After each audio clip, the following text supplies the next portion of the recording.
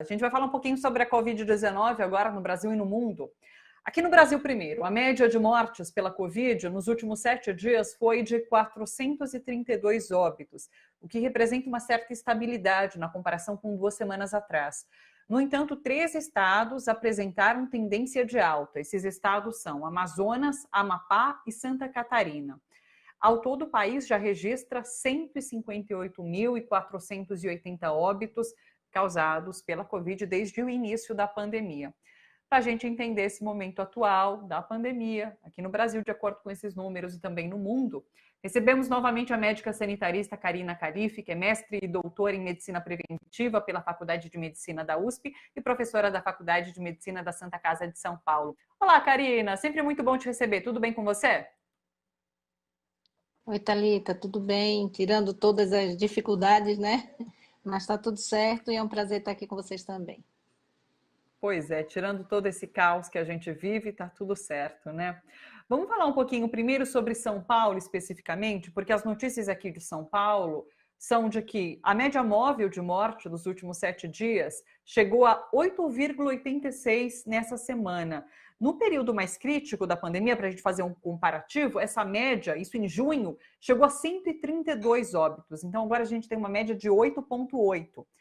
Mas é claro que a situação é de alerta por conta, inclusive, do que acontece nos países europeus, onde a pandemia parecia controlada e agora os números têm crescido muito. O que eu queria saber é se, primeiro, é possível que isso aconteça por aqui, se há alguma relação com o que a Europa está passando, referente à época do ano, à temperatura que está caindo agora, diferentemente do que a gente passa aqui no Brasil.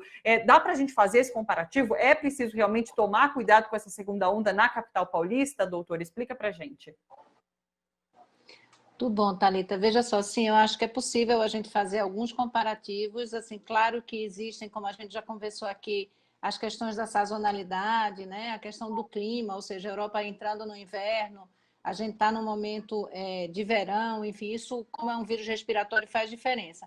Mas eu acho que o que mais chama atenção, Thalita, quando a gente olha para São Paulo, olha para o Brasil e olha para o mundo, é o quanto que a gente ainda está indefinido quais são as grandes questões que fazem esses números subir, né? Porque você veja, o Amazonas era um dos lugares que tinha sido colocado a possibilidade de estar com uma imunidade de rebanho, uma imunidade coletiva. E você vê que a gente retoma subindo muito o número de casos, em que parece que não subam tantos óbitos, assim como os outros lugares, por várias questões que a gente também conversou aqui, né? Conhecer melhor como é que faz, o que é possível adequar, enfim. Mas eu acho que a gente vê isso com muita preocupação, né? E até porque, Thalita, veja, são países, né, que tiveram um enfrentamento inicial à pandemia muito melhor do que a gente. Ou seja, eles testaram mais, eles fizeram um acompanhamento melhor do rastreamento, que é uma das coisas mais importantes para a gente entender para onde está indo a pandemia.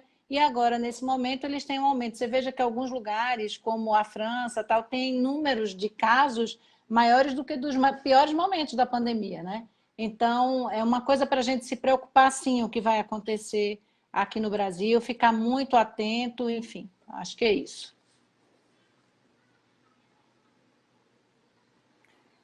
Lá na França, a gente comentou um pouquinho agora no início do programa, o presidente decretou ontem, num pronunciamento na TV, essa nova quarentena nacional para conter essa segunda onda da pandemia. Mas, ao contrário do que aconteceu em março no país, desta vez as escolas vão permanecer abertas. E eu vi que outros países também vão adotar esse isolamento, mas com escolas abertas. Funciona, Karina? Por que essa escolha? A gente consegue entender?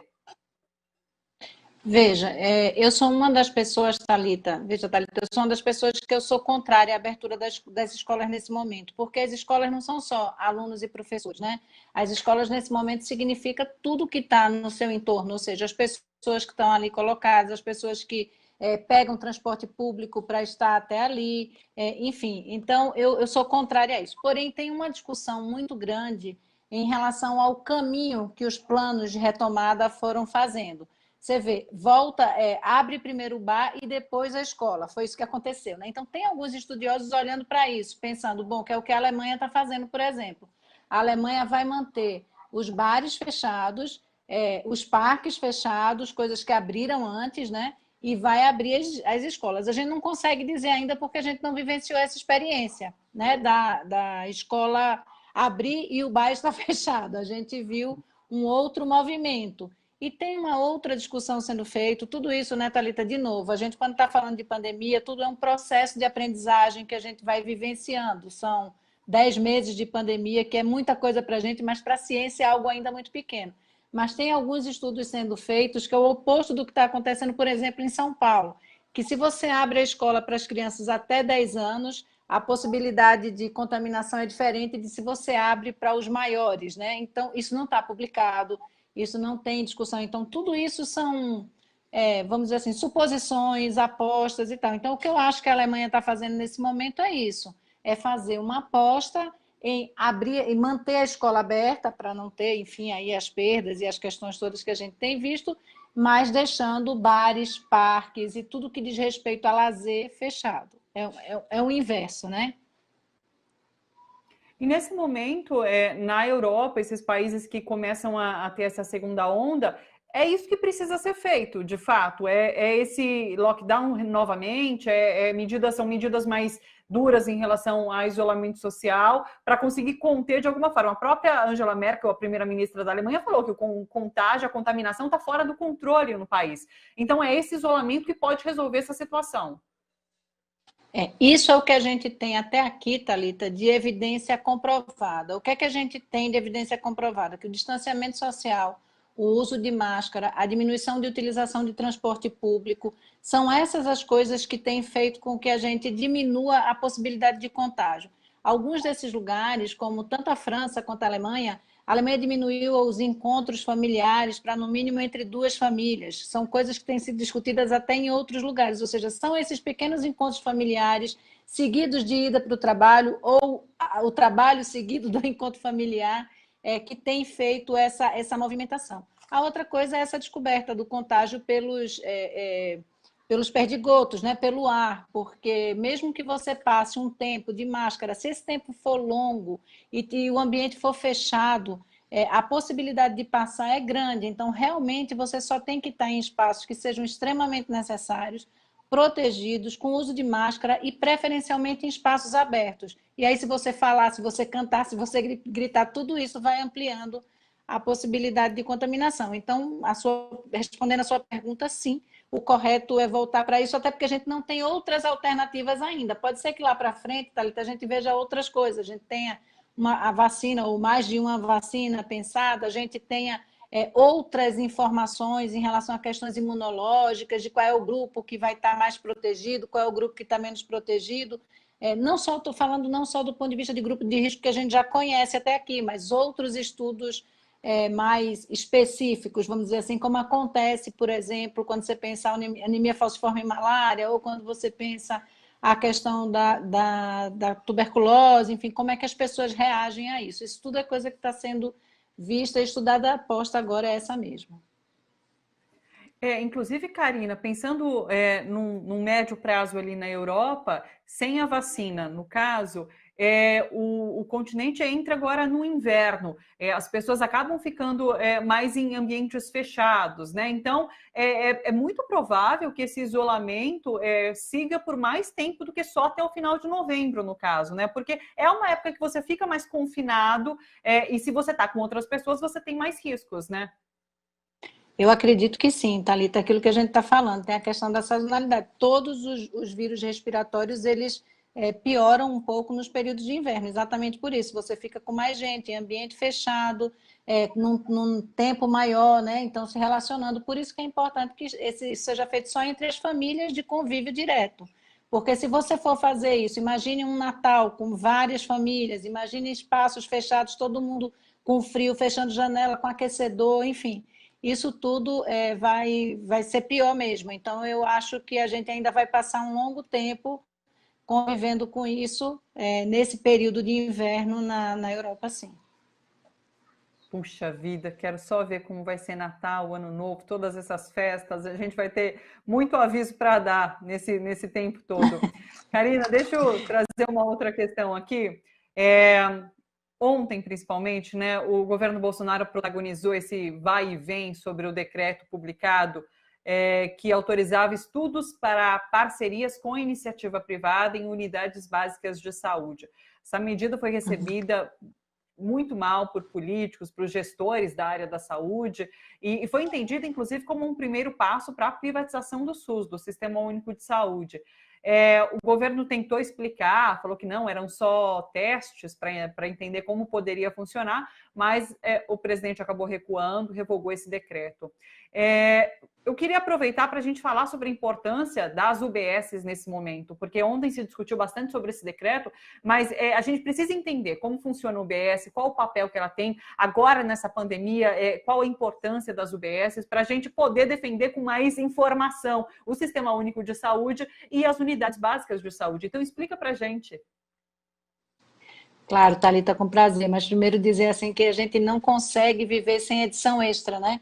Parece que é o tempo inteiro o governo aprontando e trazendo coisas que são inacreditáveis. Assim, eu acho que esse decreto, que é o decreto 10.530, ele não só é contrário a várias questões que dizem respeito à construção do SUS, à integralidade do cuidado, a tudo que a gente, universalidade, né? A questão da saúde como um direito, que eu acho que é algo fundamental, como você está dizendo, ele também entra em desacordo com a Política Nacional de Atenção Básica, né? Com esse cuidado a partir da atenção básica que é tão importante. A mim, me deixa muito apreensiva e até indignada como alguém que já foi gestora da atenção básica no município de São Paulo, já coordenei esse espaço aqui em gestões anteriores. E a gente sabe da importância, porque a atenção básica, a primeira coisa que tem que se saber, ela é basicamente, a gestão dela é feita, 100% das UBS tem gestão feita pelos municípios.